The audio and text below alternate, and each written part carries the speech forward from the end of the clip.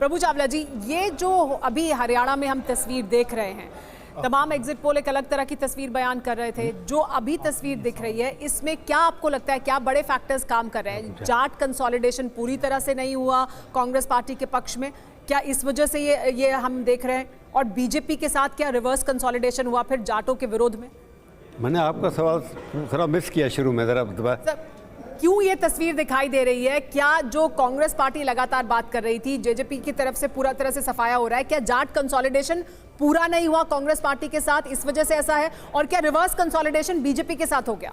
जो मैं देख रहा हूँ अभी तक जो चल रहा है, अभी तक 4 राउंड पूरे हुए हैं, मेरे ये इन्फॉर्मेशन है 4 राउंड पूरे हुए हैं, परंतु जिस तरह की फाइट बीजेपी ने कम बैक किया है उससे ये स्पष्ट है कि वहाँ पर उनकी संगठन खड़ा हुआ था, वहाँ पर वर्कर जुड़ा हुआ था कि हालांकि मंत्रियों के खिलाफ काफ़ी वोट पड़ रहे हैं वहाँ लगता है, परंतु BJP as an organisation superior है, ये स्पष्ट कर दिया है। और हुड्डा जी जो इतना काम कर रहे थे, जिन्होंने किया कि उम्मीद थी कि वो 50 सीटों तक ले जाएंगे इस पार्टी को या 52 तक ले जाएंगे, ये अगर बीजेपी जीतती है इसके अंदर जा कर के 4 राउंड के बाद अभी स्पष्ट नहीं है, तो ये संगठन की जीत होगी, ना कि डबल इंजन की। अगर को क्लेम करके डबल इंजन की सरकार की वजह से जीती है, वो नहीं दिखाई देता है, क्योंकि बहुत सारे मंत्री उनके हारते भी चले जा रहे हैं। डबल इंजन का मतलब ये होता है कि वहाँ की सरकार भी अच्छा काम कर रही है। अगर डबल इंजन के अंदर राज्य सरकार का एक सरकार जो थी उसके काफ़ी सारे मंत्री अगर हार जाते हैं तो ये डबल इंजन नहीं है, परंतु बीजेपी ने जो संगठन वहाँ पर खड़ा किया है उसकी जीत होगी और इसका फायदा बाकी प्रदेशों के अंदर बाद में भी हो सकता है कि संगठन का मोरल बढ़ेगा इसके अंदर।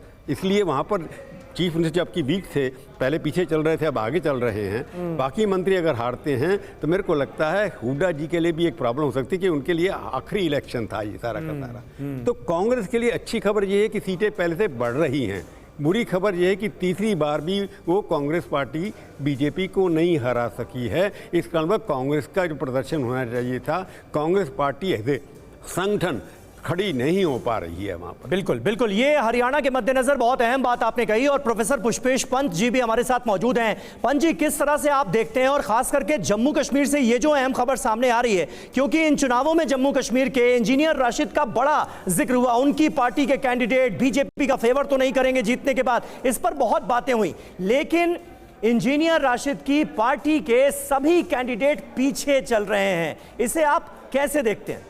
देखिए, पहले हरियाणा का जिक्र अगर कर लें तो मुझे लगता है मैं प्रभु भाई से पूरी तरह सहमत हूँ। मुझे लगता है कि जो ये लग रहा था कि कांग्रेस का दावा था कि बीजेपी का सुपड़ा साफ हो जाएगा, 60 से 70 उनकी सीटें आएंगी, तो कहीं ना कहीं वो बड़बोलापन था, कहीं ना कहीं उसमें एक तरह का अहंकार झलक रहा था और संगठन का अभाव था, जिसका नुकसान इन प्रारंभिक रुझानों में चौथे 5वें राउंड के देखने को मिल रहा है। मगर शायद अभी भी मैं फिर सहमत हूँ अशोक भाई के साथ कि अंत तक क्या स्थिति बनेगी, मुझे लगता नहीं कि बहुत फर्क पड़ेगा।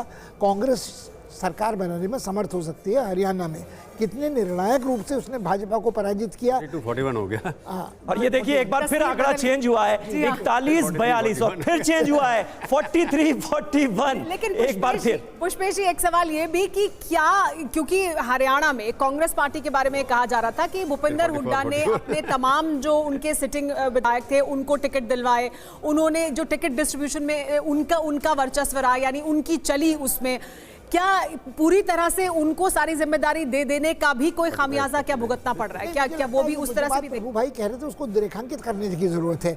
कल शायद टिकटों को लेकर भाजपा में भी चल रहा था, पूर्व गृह मंत्री काफी रुष्ट थे अनिल विज साहब, मगर उसका असर इन प्रारंभिक रुझानों पे नहीं लग रहा है। तो संगठन शायद अपने नेतृत्व से अलग अपनी अहमियत वापस सामने रखने में सफल हुआ है, कांग्रेस को ही नुकसान हुआ है। रही बात कश्मीर की, मुझे लगता है देखिए कितना ही आप अपनी पीठ थपथपाए, भाजपा इस बात को नकार नहीं सकती कि कश्मीर राज्य को विभाजित कर, उनकी हैसियत घटाकर जिस असंतोष को उसने बढ़ावा दिया है उसका नुकसान उसे भुगतना पड़ेगा। अब उपराज्यपाल मनोनीत विधायक करें तो कितना ही दीपापोती की जाए, कुल मिलाकर जो नतीजे आ रहे हैं वो भाजपा के विपक्ष में। बिल्कुल, जम्मू कश्मीर को लेकर ये बातें बार बार कही जा रही थी कि भाई जो निर्दलीय कैंडिडेट हैं वो बड़ा फैक्टर साबित हो सकते हैं, उपराज्यपाल जो 5 विधायक नॉमिनेट करेंगे वो बीजेपी की मदद कर सकते हैं, लेकिन अब इन सब बातों का मुझे लग रहा है वानखेड़े साहब कोई मतलब नहीं रह गया है कि जम्मू कश्मीर में जो मैंडेट है वो बिल्कुल क्लियर नजर आ रहा है, लेकिन हरियाणा में ये जो कांटे की टक्कर नजर आ रही है ये तो किसी ने एक्सपेक्ट नहीं किया था। एग्जिट पोल में भी आंकड़ा फिर बदल गया है, 48 पर बीजेपी आगे, 36 पर कांग्रेस पार्टी आगे। देखिए, मैं जब से आया हूँ तब से मैंने देखा कि कांग्रेस, जब मैं आया था तो कांग्रेस 57 क्रॉस कर चुकी थी, उसके बाद अब 36 पे आई है या 48 पे, और ये आंकड़े लगातार बदलेंगे। मैं बार बार कह रहा था कि ये आंकड़े लगातार बदलेंगे, लेकिन इन आंकड़ों को देखते हुए एक बात तो तय है कि भाजपा ने, जो प्रभु सर कह रहे थे, भाजपा का संगठन पहली बार, मतलब लोकसभा चुनाव के बाद में भाजपा के संगठन में जो कसावट वहाँ लाई है और संगठन ने ताकत झोंकी है, उसका नतीजा वहाँ दिखता है।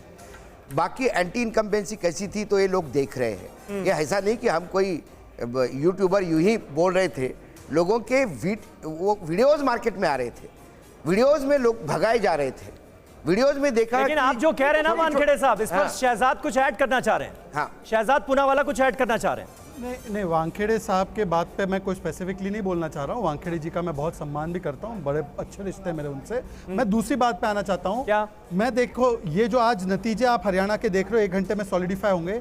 ये राहुल गांधी की बांटने की राजनीति के ऊपर करारा तमाचा है। और जो उन्होंने आरक्षण समाप्त करने की बात की, आरक्षण समाप्ति का एजेंडा किसके डीएनए में है, आज हरियाणा की जनता ने जवाब दिया है। क्योंकि अमेरिका में जाकर नेहरू के वंशज ने बोला कि आरक्षण समाप्त करूंगा, यहाँ पर कुमारी शैलजा का उन्होंने किस प्रकार से अपमान किया।